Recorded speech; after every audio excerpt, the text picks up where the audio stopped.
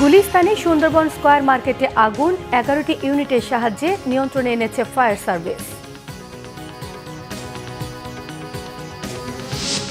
জুলাই আন্দোলনে 2রা আগস্ট দ্রোহের নগরী ঢাকা। অনশনের মুখে 6 সমন্বয়কের মুক্তির সিদ্ধান্ত। দেশি বিদেশি চাপ উপেক্ষা করে ক্ষমতা ধরে রাখার চেষ্টা হাসিনার। গাজায় ত্রাণ বিতরণে বাধা দিচ্ছে ইসরায়েলি বাহিনী, ডক্টরস উইদাউট বর্ডার্সের অভিযোগ।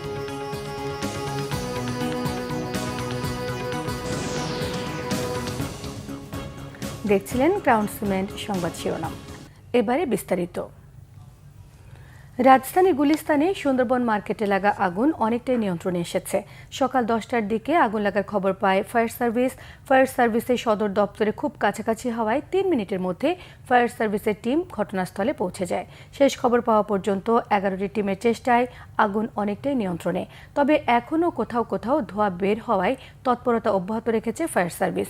মার্কেটটিতে মূলত ইলেকট্রনিক্স পণ্যের সামগ্রীর দোকান রয়েছে। আগুন লাগার কারণ বা ক্ষয়ক্ষতি সম্পর্কে এখনও মার্কেট কর্তৃপক্ষ বা ফায়ার সার্ভিসের পক্ষ থেকে কিছু জানানো হয়নি। গত বছরের 2 আগস্ট শহীদ মিনারে পালিত হয় শিক্ষক ও নাগরিক সমাজের দ্রোহযাত্রা কর্মসূচি। হাজারো মানুষের যাত্রায় দ্রোহের নগরীতে পরিণত হয় রাজধানী ঢাকা। শিল্পী সমাজের ব্যতিক্রমী প্রতিবাদে সামিল হন সর্বস্তরের মানুষ। সেদিনেই পরিষ্কার হয়ে যায় 1 মাসের আন্দোলনের পথ ধরে বিজয় সময়ের ব্যাপার মাত্র। এদিন বৈষম্য বিরোধী ছাত্র আন্দোলনের ডাকে 28 জেলায় জুমার নামাজের পর প্রার্থনা ছাত্র জনতার গণমিছিল কর্মসূচি পালিত হয়। শিশু মৃত্যুর ঘটনায় উদ্বেগ প্রকাশ করে ইউনিসেফ। 2024-এর 2 আগস্টের দিনলিপি জানাচ্ছেন তাইমুর রশিদ। জুলাই জুড়ে চলা নির্মমতা অব্যাহত থাকে আগস্টেও। মৃত্যুকে পরোয়া না করে 2 আগস্টও প্রতিবাদ বিক্ষোভ অব্যাহত থাকে।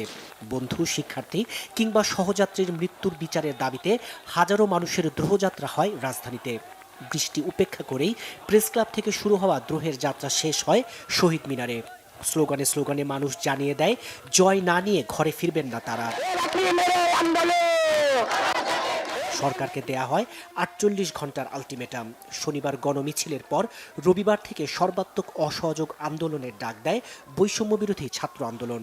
ব্যর্থতার দায় নিয়ে পদত্যাগের আলটিমেটাম দেয়া হয় সরকারকে।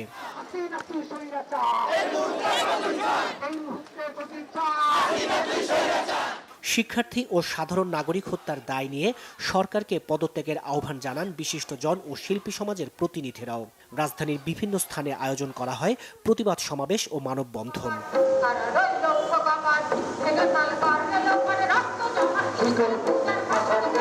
তবে উল্টো প্রতিবাদ দমাতে হামলা অব্যাহত রাখে আওয়ামী লীগের পেটোয়া ও আইনশৃঙ্খলা বাহিনী। রাজধানী সহ দেশের বিভিন্ন জায়গায় আরও 2 জনের মৃত্যু হয়। বৃষ্টি ও পুলিশের বাধা উপেক্ষা করে বিক্ষিপ্ত সংঘর্ষের মধ্যে ছাত্র জনতার বিক্ষোভ মিছিল হয় দেশের বিভিন্ন জায়গায়। দমনপীড়ন বন্ধ করে ও সহিংসতায় হতাহতের ঘটনায় জাতির কাছে ক্ষমা চেয়ে সরকারকে অবিলম্বে পদত্যাগের আহ্বান জানান বিএনপি মহাসচিব মির্জা ফখরুল ইসলাম আলমগীর। জবাবে প্রতিটি হত্যাকাণ্ডের নিরপেক্ষ তদন্ত নিশ্চিতের মিথ্যা আশ্বাস দেন ওবায়দুল কাদের। কারো রাজনৈতিক উদ্দেশ্য হাসিলে ব্যবহৃত না হয়ে শিক্ষার্থীদের ক্লাসে ফেরার আহ্বান জানানো হয়। শিক্ষার্থীদের প্রধান দাবি যেহেতু পূরণ হয়েছে, সেহেতু আমরা বিশ্বাস করি শিক্ষার্থীরা শ্রেণীকক্ষে পরীক্ষার হলে ফিরে যাবে। এদিন 7 ঘন্টার জন্য আবারও ফেসবুক বন্ধ করে দেয়া হয়। ডিবি হেফাজতে থাকা 6 সংগঠক জানান, ডিবি অফিস থেকে আন্দোলন প্রত্যাহারের বিবৃতি স্বেচ্ছায় দেননি তারা। সাফ জানিয়ে দেন, বৈষম্য বিরোধী ছাত্র আন্দোলনের কোনো সিদ্ধান্ত ডিবি অফিস থেকে আসতে পারে না। প্রায় 32 ঘন্টারও বেশি সময় অনশনের পরে ডিবি প্রধান 6 সমন্বয়ককে মুক্তির চূড়ান্ত সিদ্ধান্ত দিলে অনশন ভাঙে 6 সমন্বয়ক।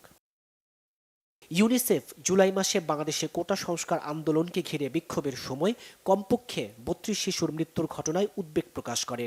সংস্থাটির পক্ষ থেকে শিশুরা যেন আবারও স্কুলে ফিরে আসে তা নিশ্চিত করতে দ্রুত ব্যবস্থা নেয়ার আহ্বান জানানো হয়। বাংলাদেশের চলমান পরিস্থিতি নিয়ে আন্তর্জাতিক উদ্যোগ নিতে মার্কিন পররাষ্ট্রমন্ত্রী অ্যান্টনি ব্লিনকেনকে চিঠি লিখেন দেশটির 22 আইন প্রণেতা। বাংলাদেশের গণতন্ত্র ও মানবাধিকার নিয়ে চরম উদ্বেগ প্রকাশ করা হয় চিঠিতে। সামাজিক মাধ্যমে অপপ্রচার বন্ধে ব্যর্থতা ও ইন্টারনেট সেবা ব্যাহতের দায়ভার নিয়ে এদিন প্রকাশ্যে ক্ষমা চান জুনায়েদ আহমেদ পলক।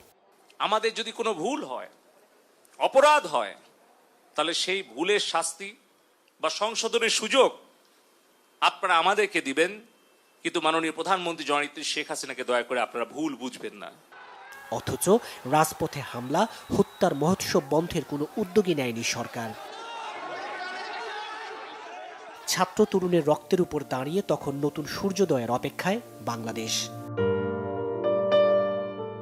তাইমুর রশিদ, বাংলা ভিশন, ঢাকা।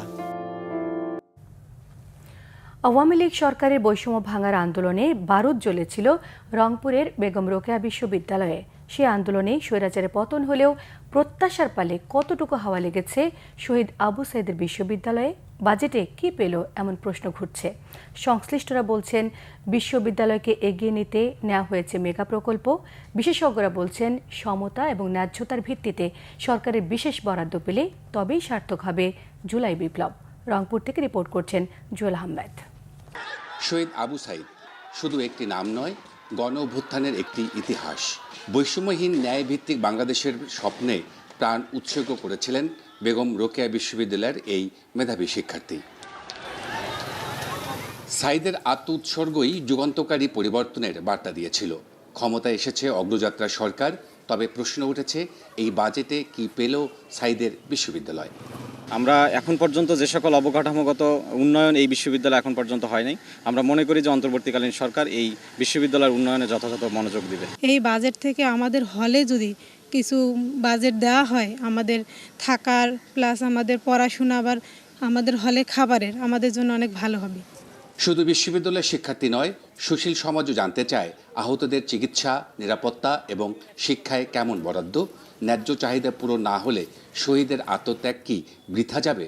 তবে সংশ্লিষ্টরা বলছেন বিশ্ববিদ্যালয়কে শিক্ষার বাতিঘর করতে নেওয়া হয়েছে বেশ কিছু উদ্যোগ। ভৌত অবকাঠামো শিক্ষা গবেষণার জন্য এবং আবু সাইদের স্বপ্ন পূরণের জন্য আমি মনে করি এই 25-26 বছরে এই বিশ্ববিদ্যালয়কে বিশেষ একটা স্পেশাল বাজেট দেওয়া উচিত। একটা সুইমিং পুল করব, একটা আমরা জিমনেশিয়াম করব, আমরা একাডেমিক ভবন করবে আরও 2টা, আমাদের শিক্ষকদের কর্মকর্তাদের আবাসিক ভবন হবে আরও 2টা। তো এই যে আমাদের পরিকল্পনাগুলো, এটা এই 1000 কোটি টাকার মধ্যে অলরেডি সাবমিট করা হয়েছে। 2026-27 অর্থবছরে অধিকতর উন্নয়ন প্রকল্প বাস্তবায়নে বিশ্ববিদ্যালয় কর্তৃপক্ষ 1000 কোটি টাকার প্রকল্প তৈরি করলেও শিক্ষার্থীদের দাবি শহীদ সাইদের নামেই স্থাপন হোক একটি গবেষণা কেন্দ্র, বরাদ্দ বাড়ুক উন্নয়নে, নয়তো ন্যায়ভিত্তিক বাংলাদেশ কেবলই থাকবে কাগজে কলমে। জুয়েল আহমেদ, বাংলা ভিশন, রংপুর। ফিলিস্তিনের গাজায় ত্রাণ বিতরণে বাধা দিয়ে পরিকল্পিতভাবে বিশৃঙ্খলা এবং গণহত্যা চালাচ্ছে ইসরায়েলি বাহিনী। এই অভিযোগ তুলেছে আন্তর্জাতিক মানবিক সংস্থা ডক্টরস উইদাউট বর্ডার্স। শুক্রবার সংস্থাটির গাজা প্রকল্প সমন্বয়কারী ক্যারোলিন উইলেম্যান বলেছেন, ভূখণ্ডটির খাদ্য ব্যবস্থা চরমভাবে সংকটাপন্ন। সাম্প্রতিক দিনগুলোতে কিছু সহায়তা প্রবেশ করলেও তা মোটেও পর্যাপ্ত নয়। প্রতিদিন খাদ্যের জন্য ফিলিস্তিনিদের জীবনের ঝুঁকি বাড়ছে মৃতের সংখ্যা। গাজায় নতুন করে ক্ষুধা এবং অপুষ্টিতে 2 শিশু সহ মোট 3 জন মারা গেছে। এতে 1.5 বছরে অনাহারে মৃত্যুর সংখ্যা দাঁড়িয়েছে 162 জনে, যার মধ্যে 92 জনই শিশু। এছাড়া 24 ঘন্টায় হামলা চালিয়ে 106 ফিলিস্তিনিকে হত্যা করেছে ইসরায়েলি বাহিনী। রেড ক্রিসেন্ট সোসাইটি বলছে, এর মধ্যে দক্ষিণ গাজায় ত্রাণ সংগ্রহ করতে গিয়ে ইসরায়েলি হামলায় নিহত হয়েছে 12 ফিলিস্তিনি। এই ছিল এখনকার মতো। পরের সংবাদ দুপুর 2টায়। 1টায় রয়েছে নিউজ টপ 10 দেখার আমন্ত্রণ রইল। এছাড়া বাংলা ভিশন সংবাদ এবং সংবাদ সংশ্লিষ্ট অনুষ্ঠান দেখতে ভিজিট করুন www.bbnews24.com, facebook.com/banglavishnnews, সাবস্ক্রাইব করুন youtube.com/banglavishnnews। সঙ্গে থাকায় ধন্যবাদ।